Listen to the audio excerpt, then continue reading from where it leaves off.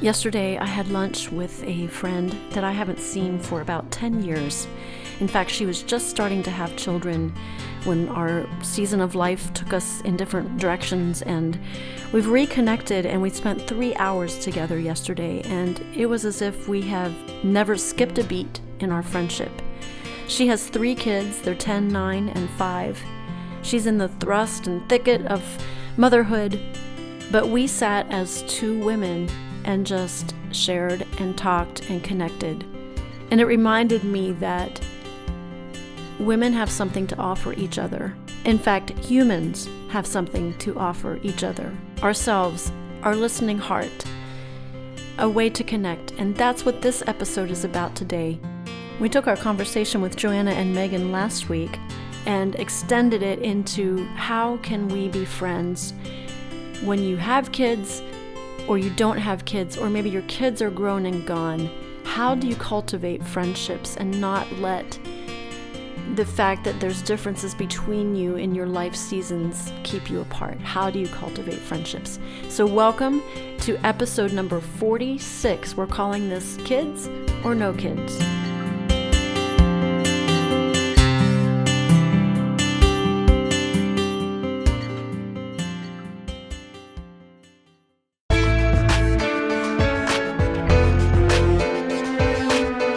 Welcome to the Brand New Me podcast. I'm Frances. And I'm Pam.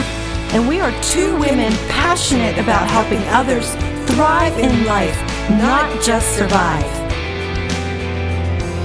In each episode, we're going to find creative ways to offer hope for your future through our own life experiences. So join us every week as we learn together that we really can be a brand new me.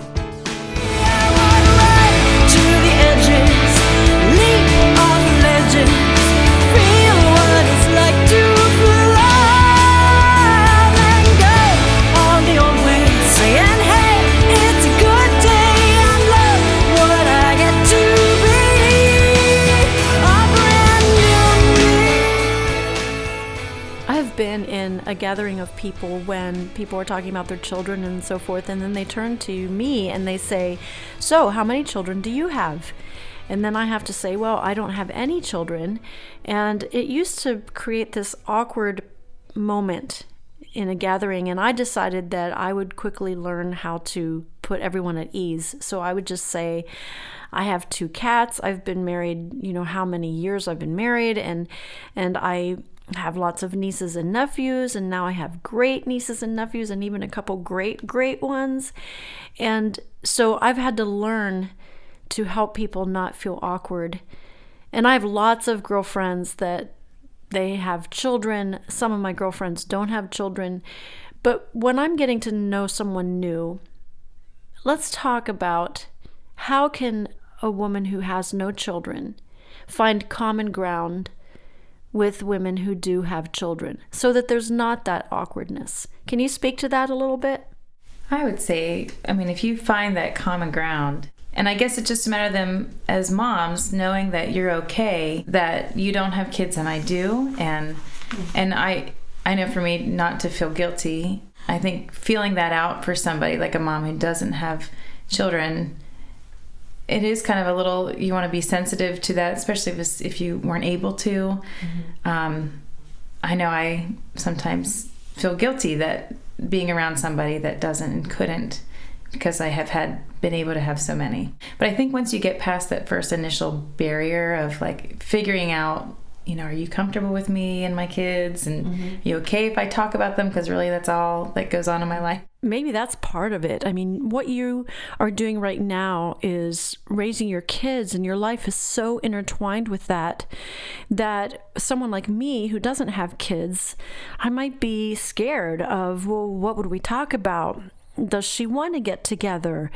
And with you, Megan, I could think, well, I know she loves music. Maybe we could talk about music and songwriting and connect on that level. But Joanna, I'm just getting to know you because of your story and your cancer journey.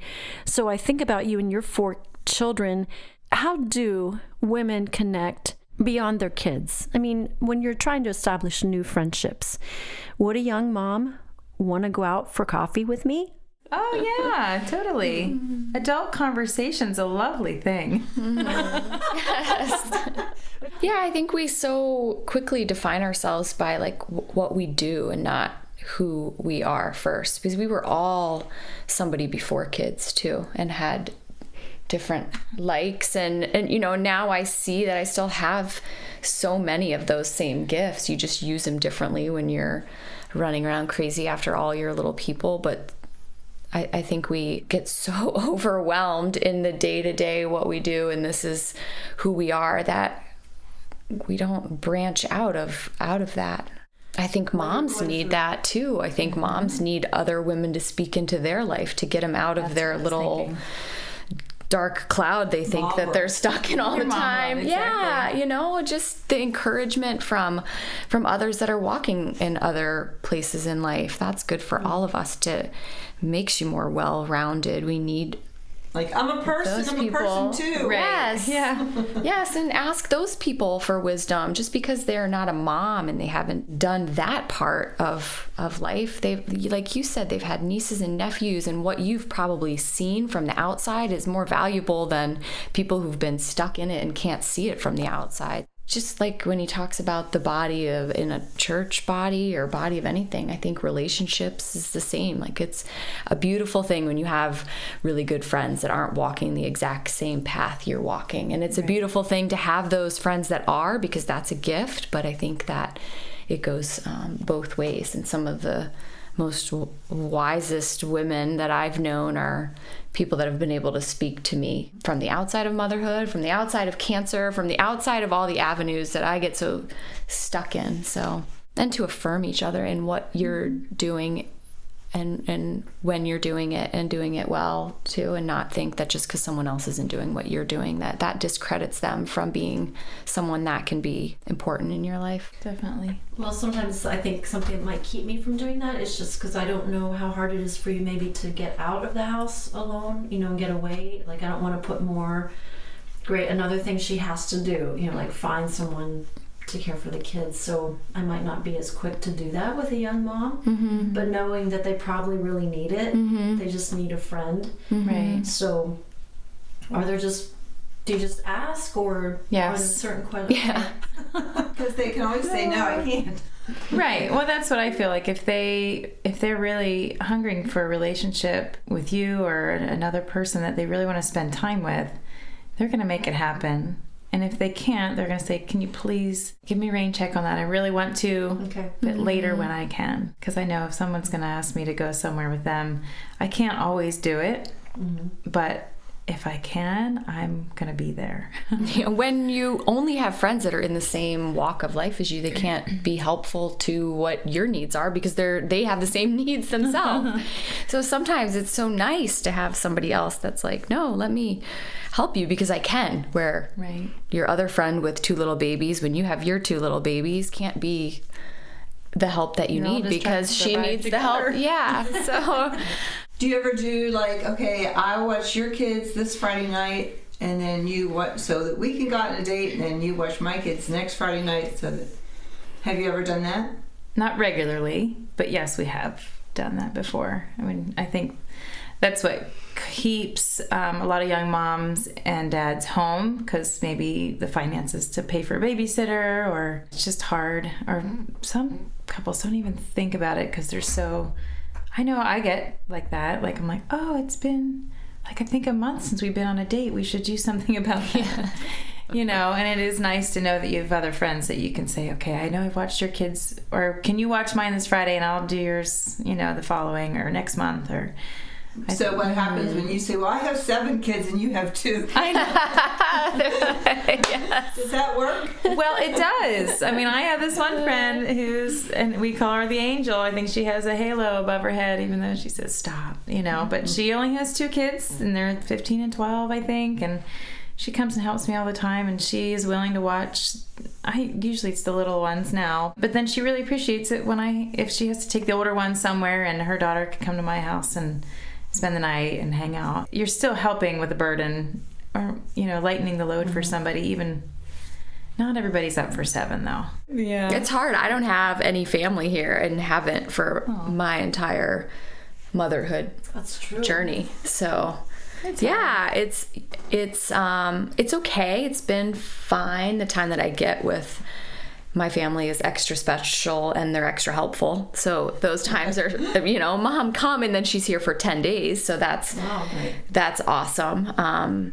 But needing that community is so much more important when you don't have that. Call Mom right away and she can be over. I've had to build that. I've had to make friends that will be more like family instead of just friends. The friends that you don't just have coffee with, but that you actually might need, like in the middle of the night when I have a sick kid and we gotta go to the hospital for those kind of friends are important to have too. So just the other day, I was talking with a young mom who's a friend of mine. We've been friends for years, long before she had kids and was married.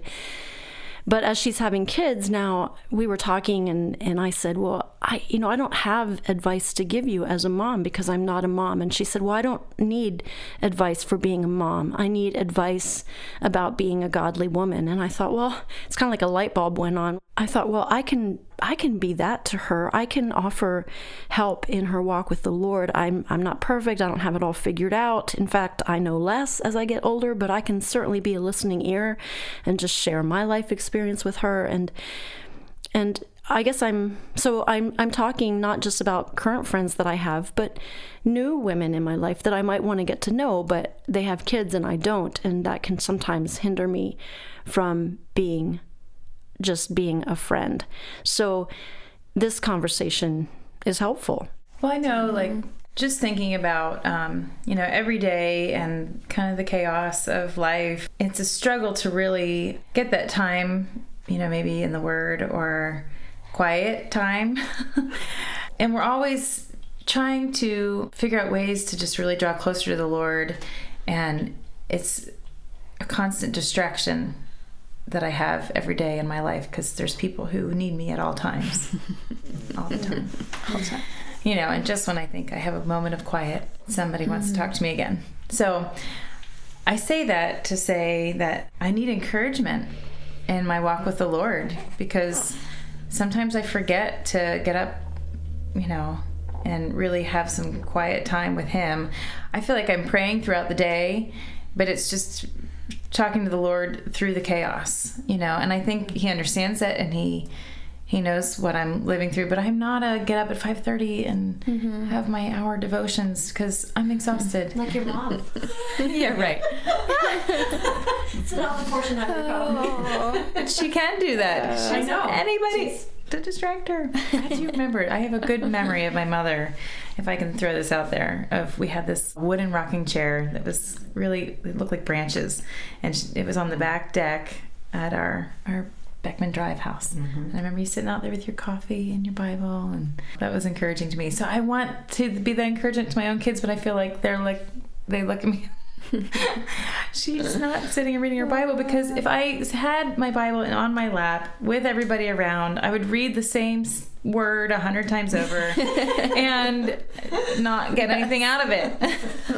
So all that to say, if I had, I'm a people person. I need like that camaraderie, like, come on, you can do this, or that accountability or whatever. And if I had a friend that was just like, hey, did you take 5 minutes today to spend with the Lord? Did you do that for yourself? Because you need it, you know?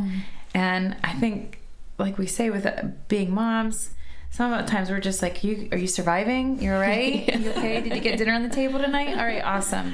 Right? You know, but to really have someone who maybe is in more of a calm place, who could bring some calm into your busy world. And like I said, just that adult conversation, the talking deeply about the Lord after you're done wiping butts all day and boogers off noses and trying to help somebody with their math. It's nice that you're still someone. You're still someone, and what because we need to build our own character. Yeah, we need to make sure that we're not slipping away from the Lord because we're just so caught in this tornado whirlwind of life. Well, that's good to know, because there's a lot of us older women who could do that for young moms. We need you. I think about my mother, who, as far as I know, she didn't have a goal plan and a meal plan. And she, even in later life, she would say, I didn't teach you how to cook. I'm afraid I didn't teach my girls how to cook. And the truth is, she modeled for me what a woman could be with her gardening and her cooking and her time with the Lord and her prayer and her stories of how God helped her and how she made it through. She was teaching me whether she was intentional about it or not. And so just as an encouragement to you guys, just by being and existing as moms and as women, you are teaching your children and they are catching things from you. So I just want to say thank you to both of you for coming. I'm sorry we couldn't have Susan here, but she had a mom moment and emergency, and we get that. So thanks so much for coming today. Is there anything else you'd like to say as we wrap this up? It's something very silly, and because Joe's belly's been growling, my encouragement is, moms, take time to eat. Take time for yourself. No, I'm serious, because I hear a lot of moms say, oh, well, I kind of scarfed food in for dinner, or I stood at the island and I ate my lunch, but I honestly take time to sit and eat my dinner, and I eat my lunch, and I eat my breakfast, and sometimes I eat my breakfast before my kids, because if I don't eat, I'm not a very nice person. So the apple doesn't fall far. Yes. So if I'm hungry and you're screaming at me, just let me eat something, and then I'll be happy to serve you. So I think it's so important to nourish. I mean, it's like anything. Things that nourish you. Take time for yourself. Make sure you eat and sit down and enjoy it, and not just scarf it in.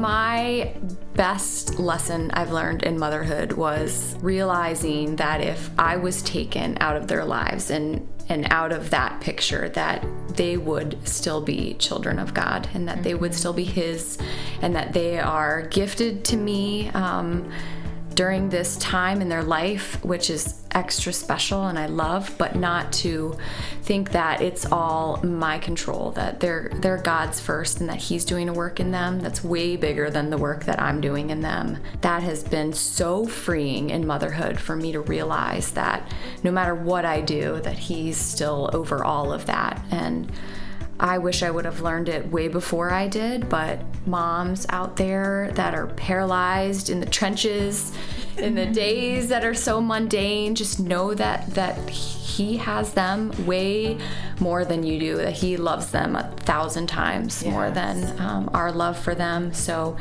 let that just be an encouragement to your motherhood walk, those days that are really hard, and those days you're trying to teach that lesson that they better get. And if they don't, that just know that you're a vessel God's using in their life, but He's working a story in theirs that's for Himself too.